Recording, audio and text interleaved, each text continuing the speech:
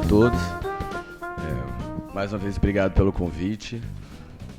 Depois dessa excelente aula do nosso mestre do mieloma no Brasil, Ângelo Meolino. Assim como ele, eu também sou um apaixonado pelo mieloma. E a gente cada vez mais tenta fazer o melhor, né, tentar o melhor tratamento, o diagnóstico pelos nossos pacientes. Eu sou aqui do Hemorrio, eu sou responsável pelo transplante aqui do Hemorrio. Como a doutora Patrícia falou, a situação atual do país está difícil, então a gente está passando momentos de crise e, no momento, a gente não está transplantando. Mas a gente tem um volume grande de pacientes com mieloma aqui, a gente tem um ambulatório só de mieloma e a gente tenta fazer o melhor possível. Então eu vou falar do tratamento de primeira linha nos pacientes com mieloma. É um tratamento bastante extenso, eu não abordei a recaída, a recidiva, né? E eu acho que isso poderia ficar para uma próxima palestra. Tem que mirar ali, né?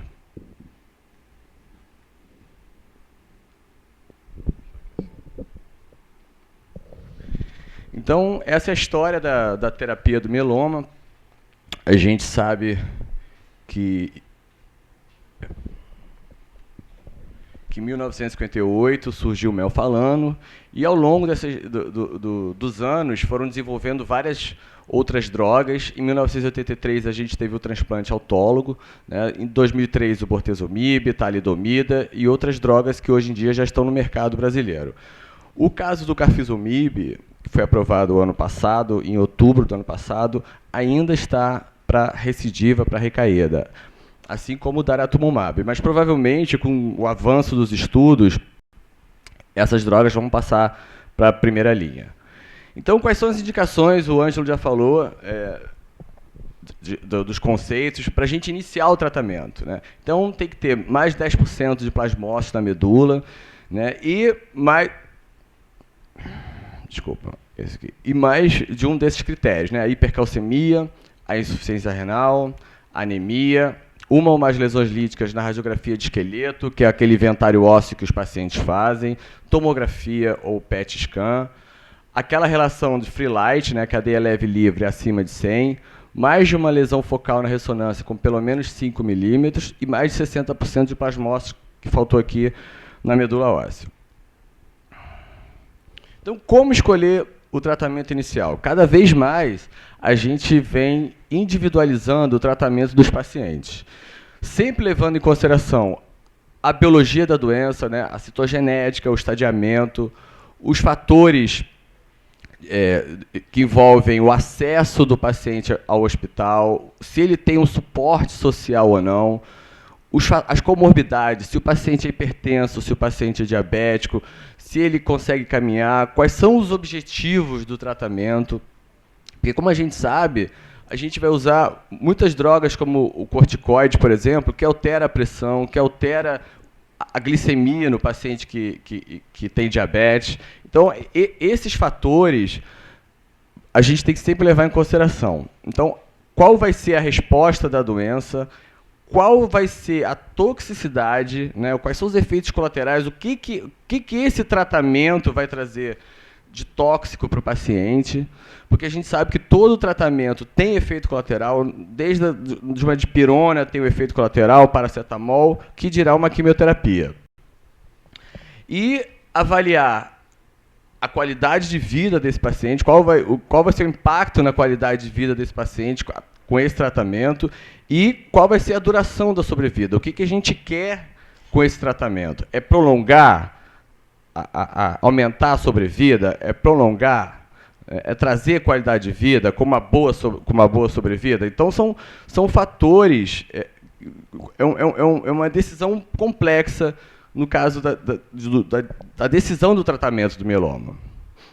Então, o paradigma, ele se divide, o tratamento do mieloma, ele se divide em dois grandes grupos: os pacientes que vão para o transplante e os pacientes que não vão para o transplante. De acordo com o diagnóstico, né, a estratificação de risco, que leva em consideração citogenética, enfim, uma série de exames, se o paciente for para o transplante, a gente faz um esquema de indução, que seria uma quimioterapia, com a consolidação transplante, né, e consolidação em muitos dos casos, e em outros casos a gente, além disso tudo, vai para a manutenção. Já o paciente que não vai para o transplante, a gente faz uma indução seguida de uma terapia contínua nesse paciente. Ou seja, a forma de tratamento muda completamente de um para o outro. E qual o objetivo? É a gente diminuir essa carga tumoral, porque quando o paciente chega no diagnóstico, ele está com uma carga tumoral muito grande, a doença está ativa, né? Então a gente tem que fazer o quê? Com que ela diminua e, se possível, desaparecer durante um bom tempo. Então, como eu falei, a decisão vai ser vai para o transplante ou não vai para o transplante. E agora eu vou falar um pouco dos pacientes que vão e depois dos pacientes que não vão para o transplante.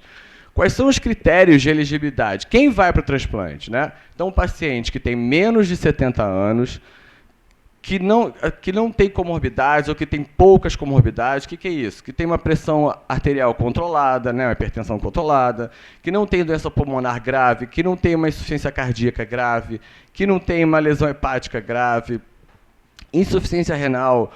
Muitos dos pacientes, mesmo dialisando, a gente consegue fazer o transplante, a gente diminui a dose do quimioterápico, do condicionamento, e até consegue fazer o transplante, que tem um bom performance status. Isso aqui é um conceito da RU, de qualidade, se o paciente consegue se deslocar, se ele consegue tomar banho sozinho, se ele tem uma boa qualidade de vida.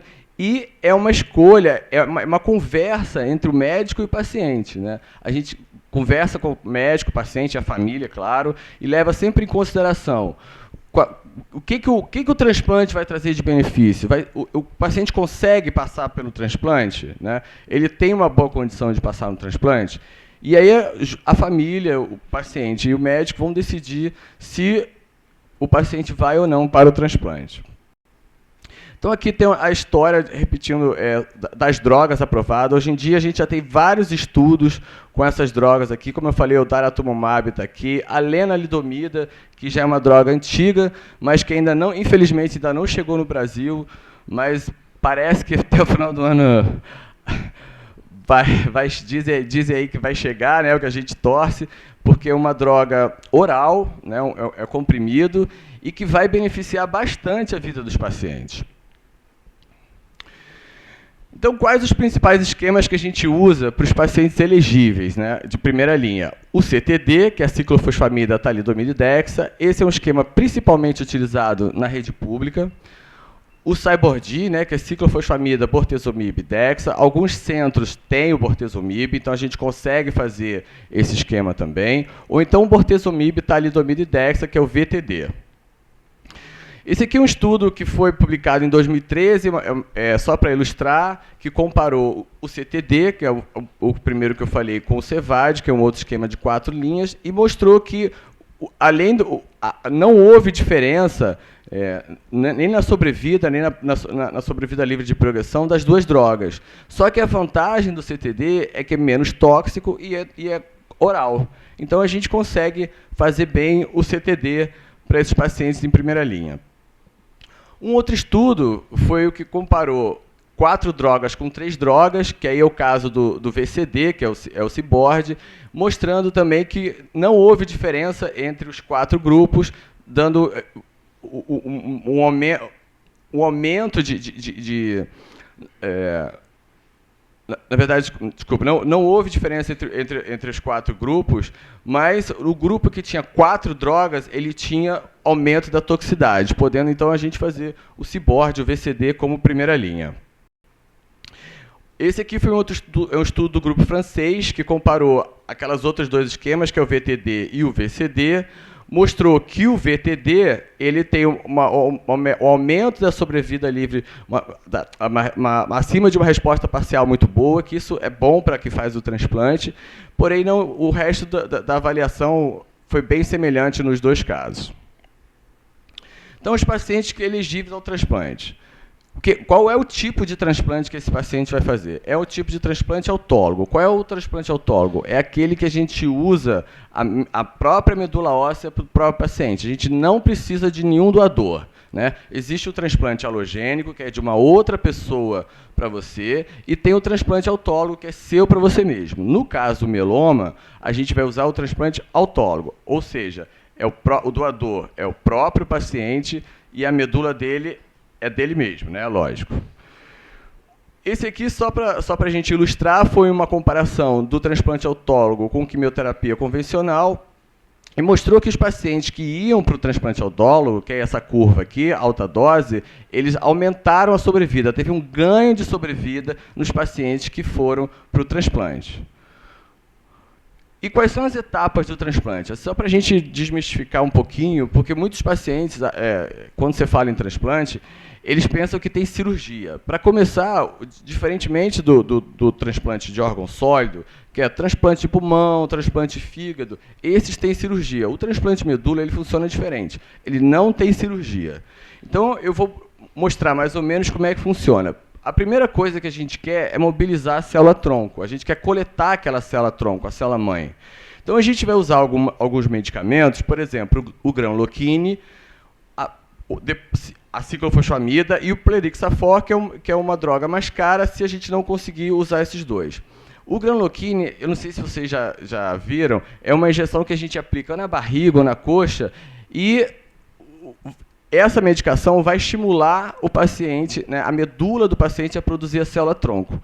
E, a partir daí, a gente vai conseguir coletar. Existem algumas formas do tipo de coleta, que pode ser diretamente da medula óssea, que o paciente vai para o centro cirúrgico, e aí você punciona com a agulha, o paciente faz uma anestesia geral, fica lá e a gente punciona direto. Mas esse é muito menos infrequente. O mais frequente é esse aqui de baixo, que é o sangue periférico, que é uma coleta fácil, feita por aférese, não necessita de anestesia geral.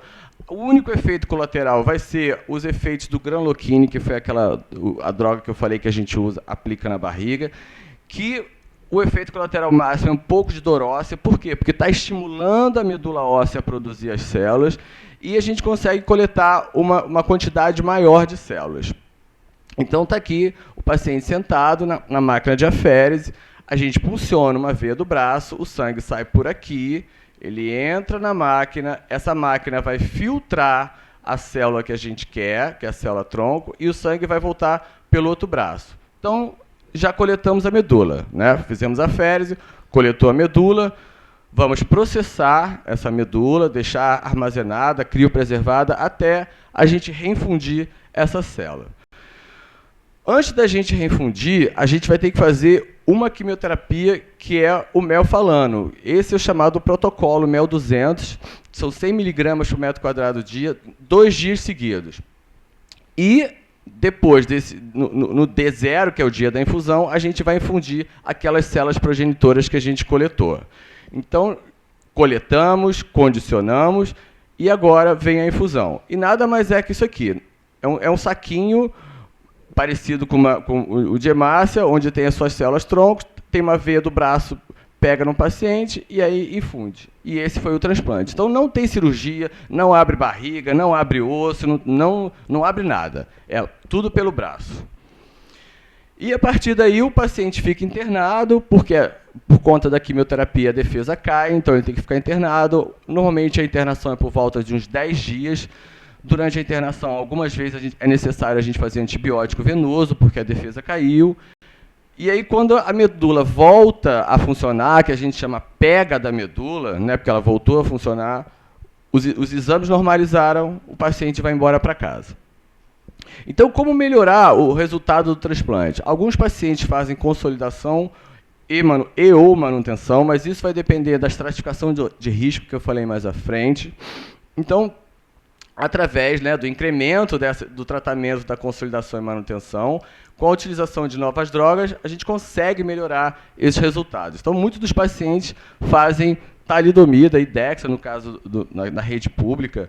E esse foi até um estudo do Ângelo e da Vânia, que eles analisaram os pacientes que faziam Dexa de manutenção com talidomida e Dexa, e eles viram que os pacientes que tinham um prognóstico um pouco pior após o transplante, eles se beneficiavam desse uso da manutenção com a talidomida e Dexa. Então, muitos dos pacientes, após o transplante, eles fazem a manutenção.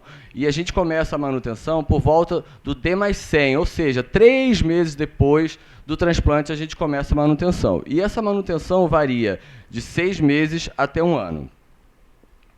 Tá aqui. Então, quem são os pacientes que vão se beneficiar? Esses pacientes que tiveram uma resposta parcial, uma resposta parcial menor que muito boa, né, no transplante autólogo. Isso vai aumentar a sobrevida livre de progressão, ou seja, vai deixar a doença mais tempo sem voltar. Né? A gente vai fazer baixas doses, 100 mg por dia, e como eu falei, um período limitado de 6 a 12 meses, ou seja, de 6 meses a 1 ano. E falando em talidomida, vou só abrir um parênteses.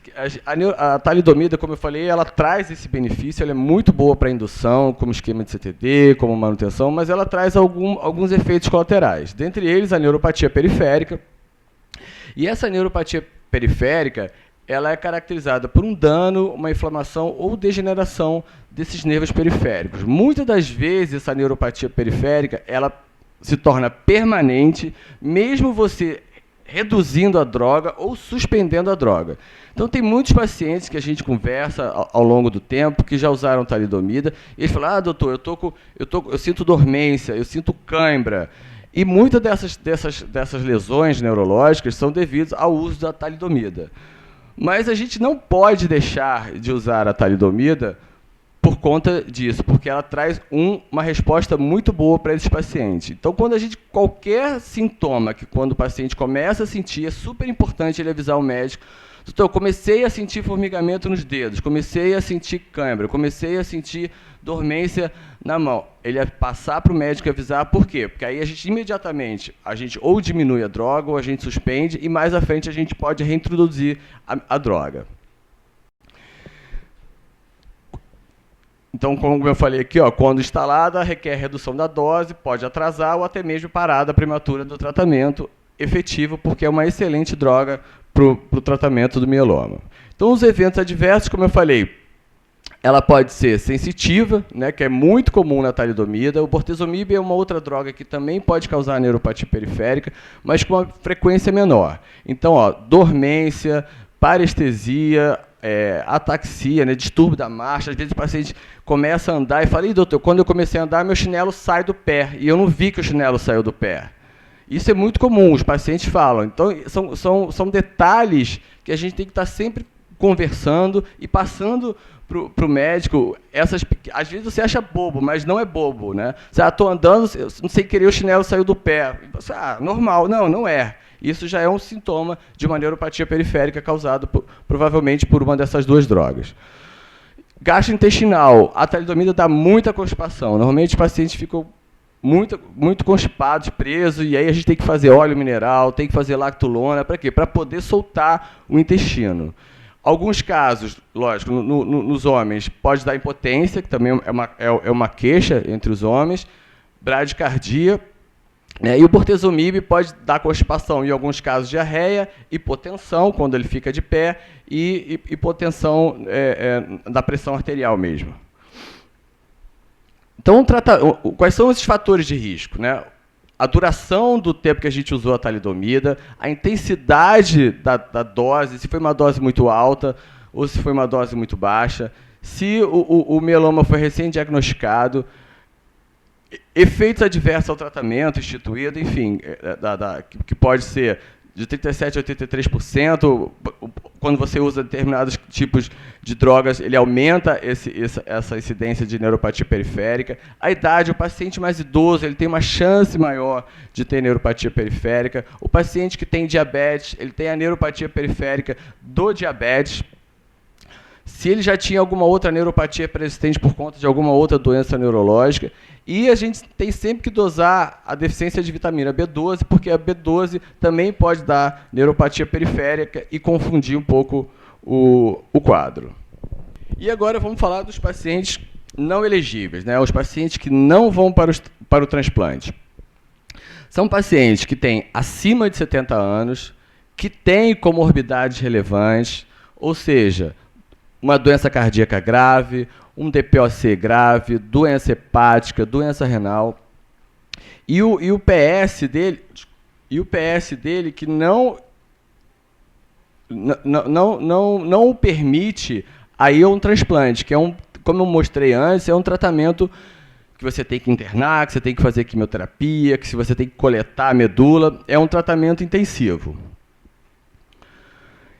E esse grupo no idoso, ele é muito heterogêneo, né? Essa é uma classificação que foi feita pelo Palumbo, que é um autor italiano, que ele classificou os pacientes em FIT, que é aquele paciente idoso que vai à academia, que faz pilates, que faz hidroginástica, vai ao banco, resolve a sua vida sozinho.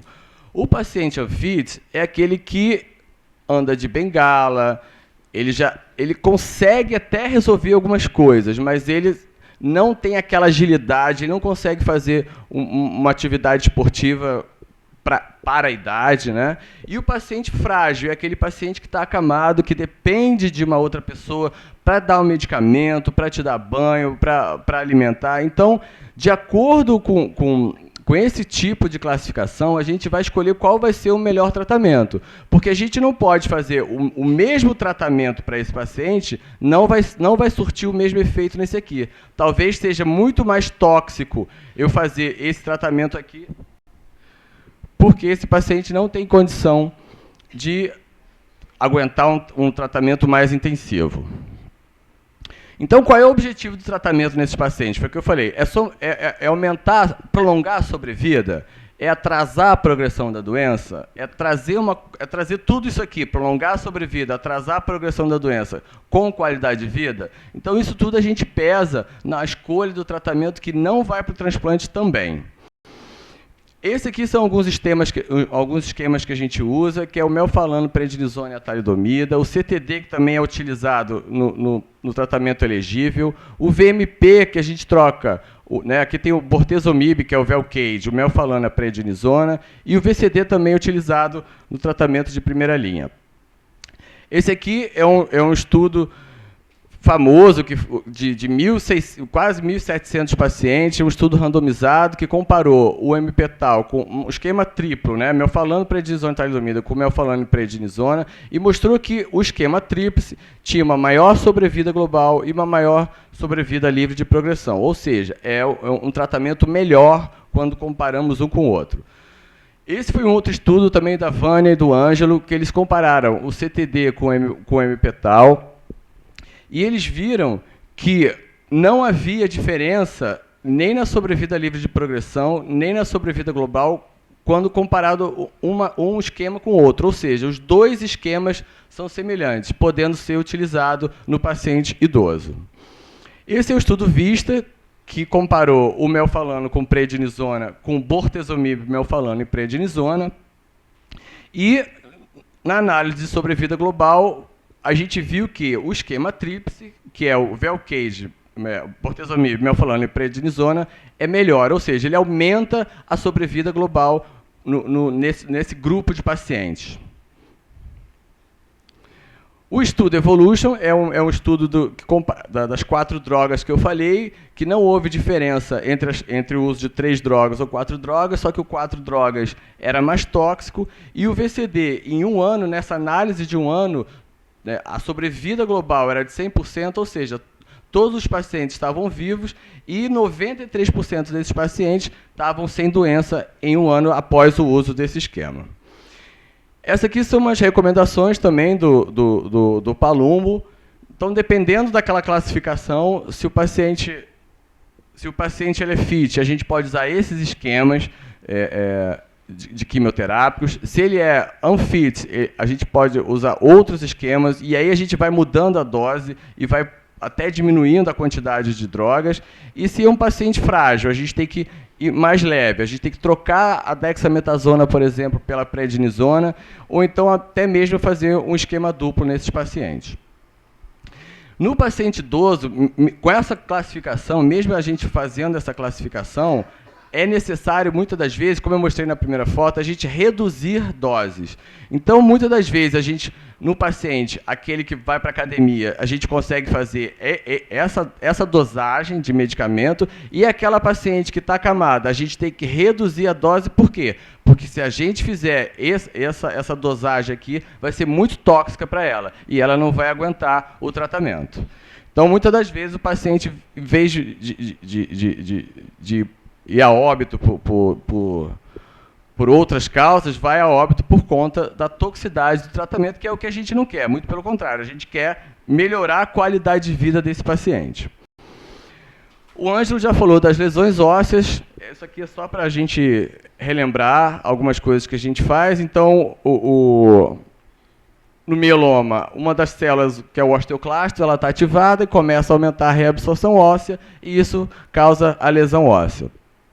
Essas lesões ósseas, como ele falou, dá muita dor óssea. Então, é muito frequente o paciente ter muita dor óssea. É uma das principais queixas do paciente com mieloma. E a gente consegue, né, através do raio-x de esqueleto, inventário ósseo, muitas das vezes, identificar essas lesões.